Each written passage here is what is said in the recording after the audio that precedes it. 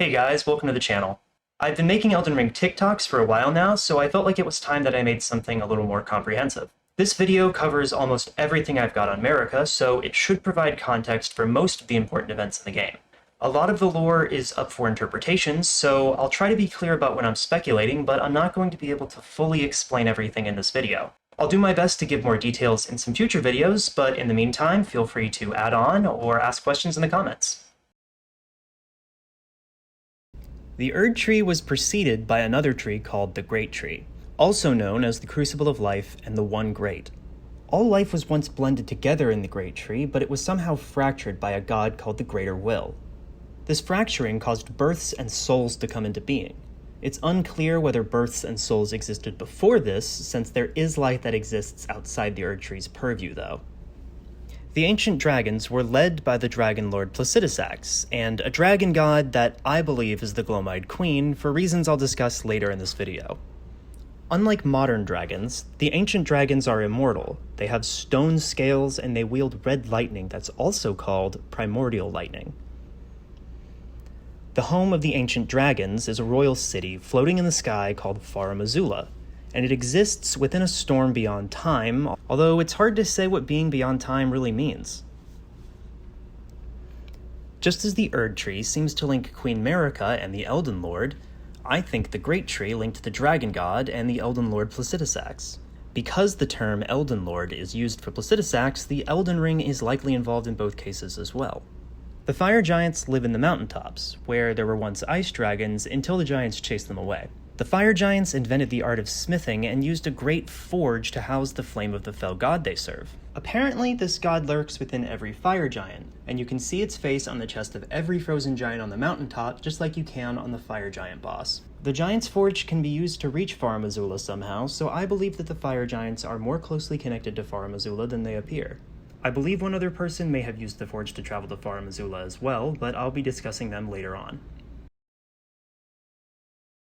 Before we go further, we have to talk about the difference between a god and an outer god. The fire giant's fell god and the greater will are examples of an outer god.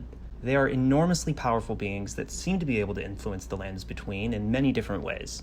They can be formless, exist in many places at once, and the scorpion stinger may be part of a sealed outer god. Most importantly, outer gods power incantations, which is why they're more effective as the user's faith increases. Outer gods seem to be unable to communicate directly with the lands between, so they use envoys and vassals to pass along their messages and carry out their will. It's unclear whether they're immortal or not, but the most powerful weapon that we've seen only says that it's capable of harming an outer god, so I would lean towards immortal. Gods are physical beings that can house the power of an outer god. Queen Marika seems to be the only active god in the lands between at the start of our journey, and we only have a few bits of information on some gods from long ago. We know that Marika is a member of a long-lived but seldom-born group that came from another world called the Numen, and that some of them can become gods. Any child of a god is a demigod by birthright, but a select few are capable of becoming gods themselves. We refer to these potential gods as Empyreans, but we know very little about them. What we do know is that envoys of the Greater Will, called Two Fingers, chose 3 of Marika's children as potential successors. According to Ranni, each Empyrean was chosen by their own Two Fingers, but it's not clear whether a Two Fingers is given to every demigod or only those chosen as Empyreans. And since we can find a Two Finger with the power of each demigod's Great Rune at the top of the Divine Towers, we might be able to assume that each demigod had a Two Fingers. I would guess that Empyreans are chosen by birthright because Ranni is the only remaining Carian princess, and the Carian royal line is matriarchal. As for the twins, Miquella and Malenia, because their only parent is a god, they would likely be considered full-blooded gods. We don't fully understand what an Empyrean must do to become a god, but we do know that they require a consort to ascend to godhood. A consort is traditionally known as the spouse of royalty, and it distinguishes them from a spouse that has royal blood of their own. This makes it clear that the consort is beneath the monarch in hierarchy, at least in terms of power. However, it is important to keep an open mind and remember that the idea of a consort in Elden Ring could mean something different from our traditional understanding. Marika's first consort was once a bloodthirsty warrior called Hoarah Loux. His time as Horaloo is vague and hazy, but the NPC Nephililu has some dialogue that implies that they occupied Stormvale. Nephililu is likely the child of Horaloo and was born around this time. She has memories of Stormhawks and an ancient storm from Stormvale mentioned in the Stormhawk King's description. The brick hammer, which is found in Stormvale, says that it was wielded by a laborer that led a rebellion and later became a champion, and that the strength of a giant is required to do so. I believe Horaloo was that laborer, and that the murder and pillage that Nephili angrily remembers from her youth are why she rejected him as her father and found a new one in Gideon. Eventually, Horaloo desired lordship, but found himself unfit for the role. So, when he made a vow to become a lord, he took Sirash, the Lord of the Beasts, upon his back in a way that I would describe as a soul graft. This soul graft allowed Sirash to feel Horaloo's aggression for him, and the ferocious warrior became Lord Godfrey. He would then go on to lead Queen Marika's campaign of conquest across most of the Land Between. It should be noted here that Godfrey's title of Lord could refer to the fact that he was known as the Lord of the Battlefield, or he may have been the Lord of Stormvale, so Godfrey may not have been Elden Lord yet. First, Godfrey led the war against the Giants in an attempt to extinguish their forge. Godfrey's also known for fighting something called the Stormlord by himself. Although it may seem like the Stormlord is the Stormhawk King, I believe this refers to the Elden Lord Placidusax for two reasons. First, if I'm correct about Horaloo taking Stormvale, he would have encountered the Stormhawk King long before he was Godfrey. Many of his warriors have a connection to the Storm of Stormvale that's evidenced by Nephili and her Stormhawk axes, so the Stormhawk King might have even been their ally. The second reason is that Placidusax was the Elden Lord before the Age of the Erdtree, and Godfrey is the first Elden Lord during the Age of the Erdtree. So Godfrey took his titles somehow. In the mountaintops where the first Church of Marika now stands, Marika said, "Let a new epic begin for the Age of the Erdtree." So I believe that after Godfrey and his men fought through the fire giants, he used their forge to reach Farum Azula, just like we do after fighting the fire giant boss. Then, Godfrey fought Placidusax and severed 3 of his 5 heads, while Marika took the Elden Ring from their god before chasing it off. The Glowmide Queen was an Empyrean that used the Rune of Death to power her god-slaying black flame. She was defeated by Marika's shadow-bound beast and half-brother Malekith when he sealed the Rune of Death away. The sealing of this rune began the Golden Order, ending the order that came before it. As far as we know, orders describe the way life and death work, but it's possible that they control various natural forces. It seems like the runes in the Elden Ring determine the rules of the order, and the Erdtree spreads its influence, kind of like an antenna. In this Golden Order, all life comes from the Elden Ring, and the dead must return to it in order to die true deaths. So special catacombs were built to help the dead return to the Erdtree. These catacombs were built around the roots of the Great Tree because they were linked to the Erdtree's roots. Then the Erdtree could return their life to the Elden Ring and give it back to everyone in the form of blessings and sap that would become amber. It may sound strange, but the Erdtree didn't exist until after the war against the Giants. At some point after the defeat of Placidusax and the god of the ancient dragons being chased away, I believe that Godfrey and his Crucible Knights chopped down the Great Tree and grafted the Erdtree to its stump. Then the Erdtree's roots grew into the Great Trees and they were connected. With the creation of the Erdtree, Queen Marika became a god, and her consort, Godfrey, became Elden Lord.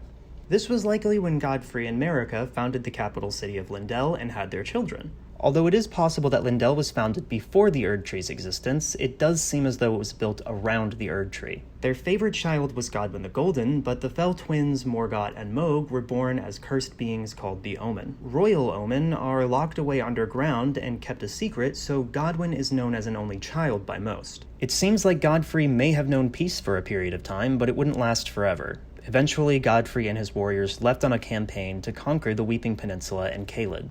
Godfrey's campaign likely took many years, and in this time, the ancient dragon Grandsax attacked Lindell, breaching its walls for the first and only time in history. Grandsax was defeated, but this event was the beginning of the War of the Ancient Dragons. Eventually, Godwyn the Golden participated in a battle called the Routing of the Ancient Dragons. A monument dedicated to this event says that Godwyn fought to the last, so this could mean the defeat of almost every ancient dragon left. The only survivors we know of are Fortisax, the ancient dragon that was called the mightiest boulder stone during the war, and his sister Lansseix. Godwyn's actions earned him the friendship of Fortisax, which is unexpected. Maybe the warriors grew to respect one another during the war, but either way, they both probably realized they'd be unstoppable if they worked together. Marika likely began to notice that grace was fading without the Rune of Death and started having doubts about the Golden Order. She decided that blind faith was no longer good enough for her, so she created Golden Order fundamentalism to study the Golden Order at a fundamental level. She thought that if she truly understood the Golden Order, her doubts would be resolved, and she would find a way to not just restore their grace, but bring it to new heights. However, at some point she seemed to realize that there was nothing that could be done in the Lands Between, and she came up with a plan. Marika declared to Godfrey and his warriors that she would be taking their grace, and they became the Tarnished. She then banished them from the Lands Between and commanded them to wage war somewhere outside of the Lands Between until they died. And this was the beginning of what was known as the Long March. Their march led them south to where the Church of Pilgrimage now stands, and Marika told the Tarnished that she would return their grace to them after they died. Then she gave them another command. When she eventually returns their grace to them, they have to come back to the Lands Between to wage war again until one of them brandishes the Elden Ring. And so, Lord Godfrey, who was also tarnished now, led his kinsfolk out of the Lands Between, leaving one ship behind, for reasons unknown. First, it should be said that according to Marika and Radagon's Source Seal, gods appear to have the ability to force others to do as they say by cursing them. When a god curses someone this way, they feel a constant gnawing need to carry out the task until it's completed. A perfect example of this curse is in Hugh's need to create a weapon that can slay a god. Marika cursed the Tarnished to leave the Lands Between and die, then return and fight for the Elden Ring in an attempt to restore the grace that's leaking out of the Lands Between. To become an Elden Lord, you'd have to be strong enough to beat at least 3 demigods so that you can get their Great Runes and then add them to the Elden Ring.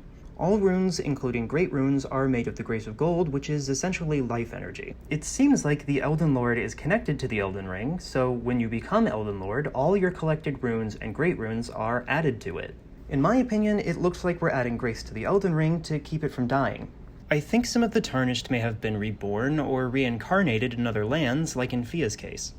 Some Tarnished don't know why they were called to the Lands Between, and I think it's because they were reborn as new people and no longer remember. Also, a lot of Tarnished are probably very different than they were before their rebirth, because although every Tarnished was once a warrior, there are many that seem unwilling or unsuited to fight at all. After we become Elden Lord, when the narrator speaks of their home in the Lands Between, it means that the curse of the Tarnished does not end after one becomes Elden Lord. The narrator is a Tarnished that has left to once again wage war, die, return to life, travel to the Lands Between, and become Elden Lord again. It will truly never end. Radagon is a really mysterious character, but because this video is focused on Marika, we can't really dive into his background. From my perspective, Marika and Rennala are at the center of the two halves of Elden Ring's story, but Radagon's story has closer ties to Rennala.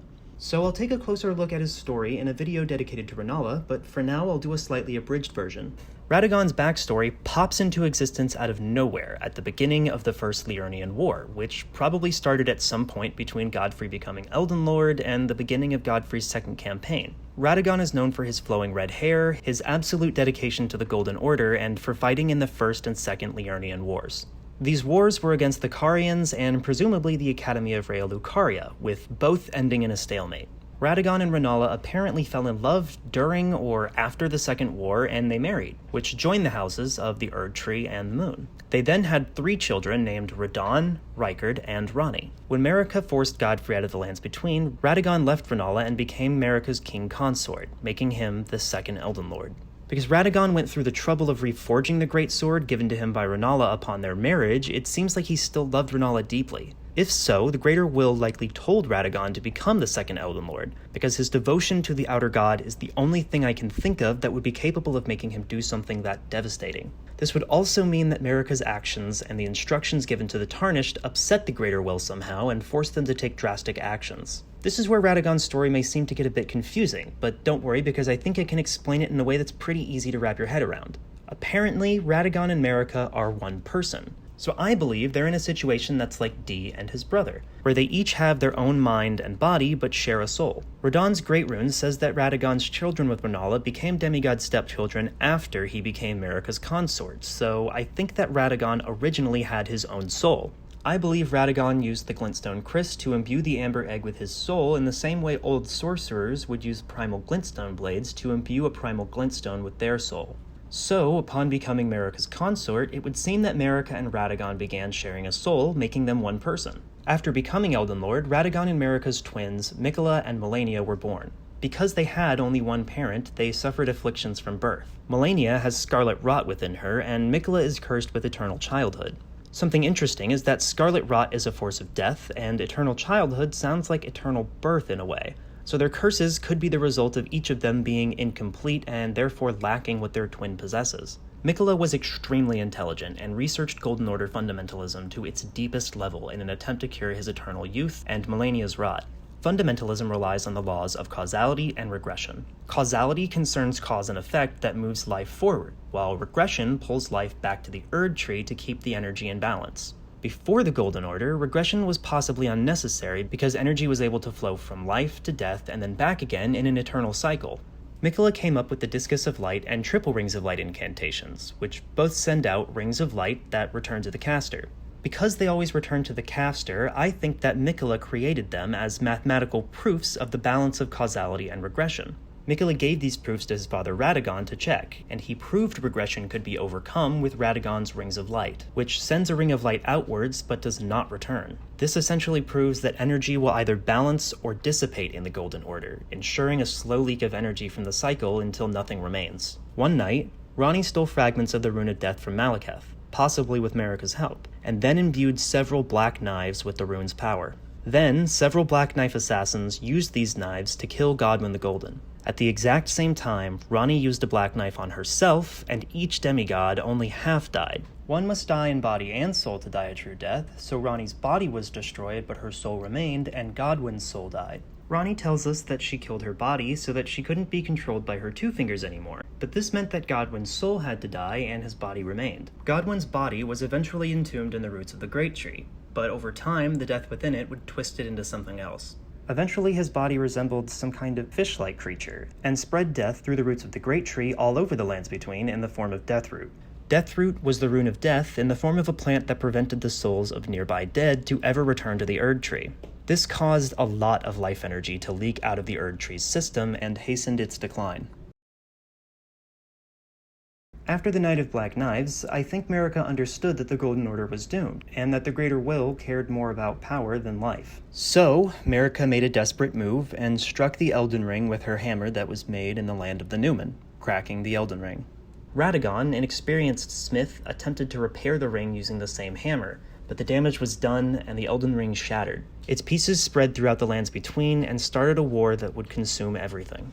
Marika once commanded her children to make something of themselves, so they were driven to do absolutely anything to win the war and become the next Elden Lord or god. Eventually, the demigods were all either dead or worse, and none of them could win anything. They were abandoned by the Greater Will, which I believe means their grace was taken and their great runes depowered. As a last option, the Tarnished had their grace returned to them over many years, which could be anything from decades to centuries. This continued until a Tarnished of no renown had their grace returned to them and brandished the Elden Ring to become Elden Lord. If you enjoyed my first Elden Ring video, please feel free to like and subscribe.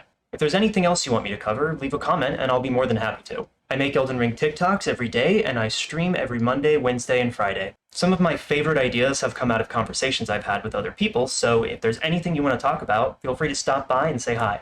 Thanks for watching.